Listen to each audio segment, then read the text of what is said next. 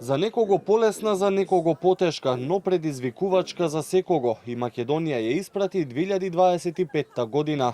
Новата се дочека со отворени раце за нови почетоци, нова надеж и енергија за она што допрва го носи предстојната 2026.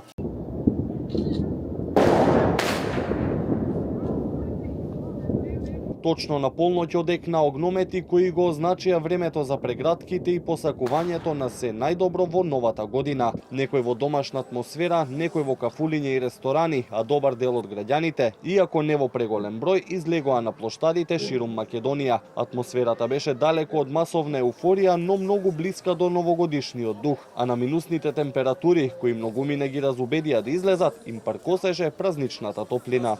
На плоштадот Македонија во Скопје, иако не беше планиран огномет од страна на властите, сепак граѓаните се решија да го осветлат небото барем накратко. Иако имаше бројни апели против само иницијативното, неконтролирано користење на пиротехника.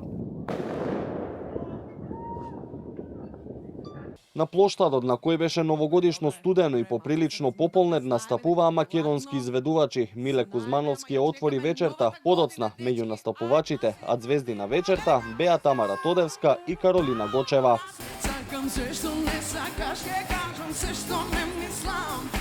Огнометот во Охрид, кој се лансираше од пристаништето и блесна врз езерото, изгледаше како од новогодишна честитка, а на плоштадот меѓу оние кои ги забавуваа охриѓани беа Ѓоко Таневски и Владко Лозановски.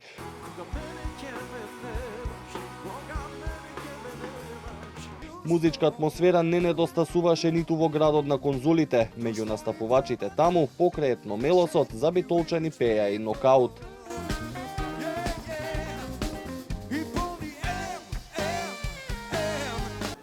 Меѓу присутните на плоштадот Македонија во Скопје инаку беше и премиерот Мицкоски, кој им посака на граѓаните добро здравје, меѓусебно разбирање и многу успеси. Во негово друштво беше и скопскиот градоначалник Орце Георгиевски, кој порача: "Ти се поклонувам Скопје, среќна нова година мој народе, да сте здрави, живи и секогаш да останеме вака сплотени."